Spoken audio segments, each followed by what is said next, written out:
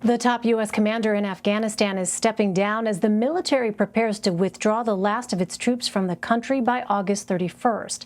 General Scott Miller's departure comes at the end of America's longest war, after nearly 20 years in Afghanistan.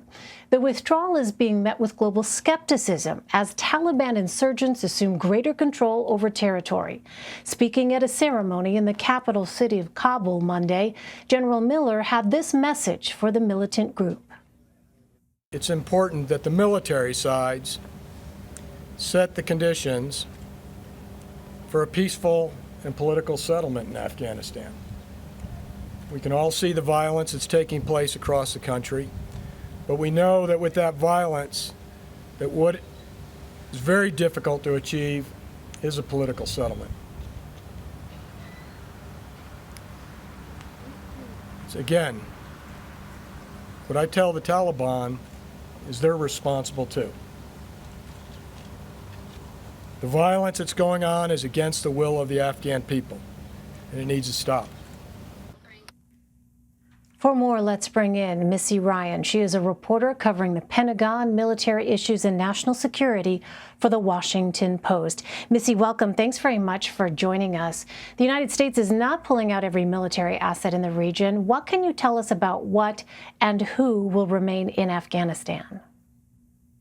So what happened today was the change of command ceremony where General Austin Scott Miller, who has been the top U.S. general of both American and NATO forces in Afghanistan for the last 3 or so years, handed over the head of the military mission to General Frank McKenzie, and he's the head of U.S. Central Command, and he will be overseeing the winding down of the mission in the next month and a half from Tampa, Florida, which is where CENTCOM is based. And so this really is a big milestone. It is essentially, putting us one step closer, a big step closer to the very end of the military mission there. And most of the troops are gone. Most of the equipment is gone.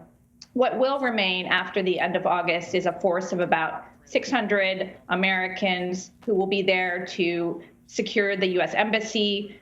There's a big diplomatic compound in central Kabul, and they will be there to keep those individuals safe.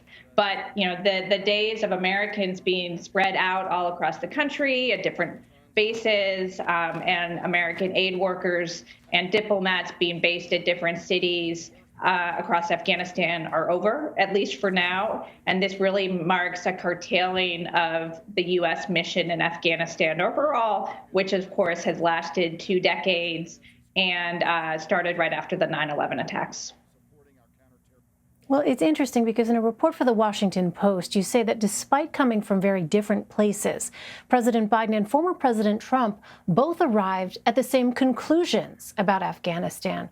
What are some of those conclusions? Yeah, I did find it a very interesting similarity given the overall differences, which are pretty clear between Donald Trump and Joe Biden. It was basically that both men really questioned the utility of continued American involvement in Afghanistan and didn't see a national interest in maintaining a military presence, even a small one, in Afghanistan, and that they felt like it was time for Afghans to secure their own country. And then, of course, and that is fueled partly by a real prioritization of refocusing American resources at home. And so those were the two main factors that we saw fueling President Trump's desire, which he stated repeatedly but never really fulfilled, and desire to bring troops home, and then the same decision by President Biden, who then went ahead and authorized that action. Well, I wonder, in the midst of this, what kind of estimates are out there about what the Taliban controls now in terms of territory?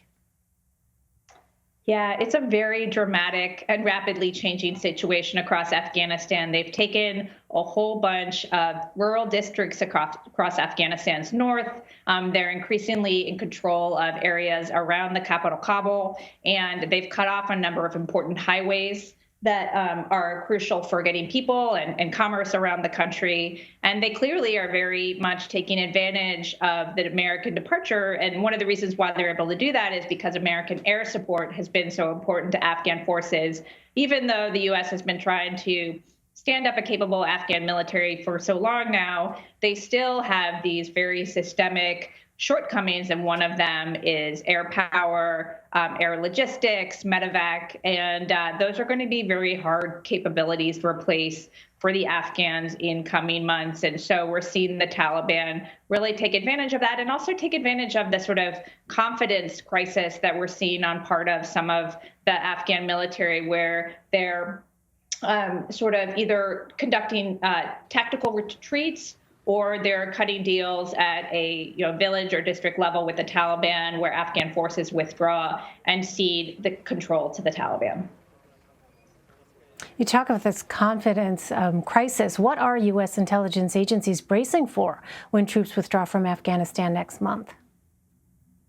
Yeah, well, everybody knew that when American and NATO forces, I should say, because there's been, the Germans in the north, the Italians in the west, and then some other forces backing up in Kabul. Everybody knew it was going to be a huge challenge for Afghanistan. But I think what has been really surprising to many of us is how quickly the Taliban advance is unfolding. And this is in line with a U.S. intelligence assessment that says the capital, Kabul, could fall and the government could collapse in as few as 6 months. Now, of course, as President Biden said last week, that's not inevitable. Of course, the Afghans could hold them off for longer. We don't know exactly what the Taliban strategy is. There's some suggestion that they are sort of stopping short of trying to take provincial capitals as a sort of a tactical move as they take part in these peace talks that are unfolding still in Doha.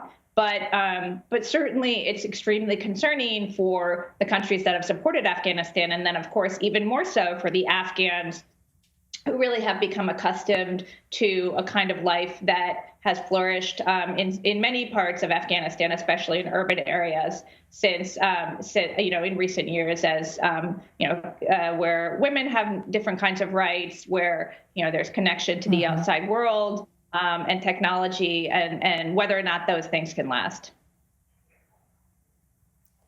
Right. I was just going to say, because there was so much emphasis over the course of this nearly 20-year-long conflict about the plight of women and girls in particular under the Taliban. You have to wonder what their lives will be like here moving forward. Missy Ryan for us. Missy, thanks very much for being with us.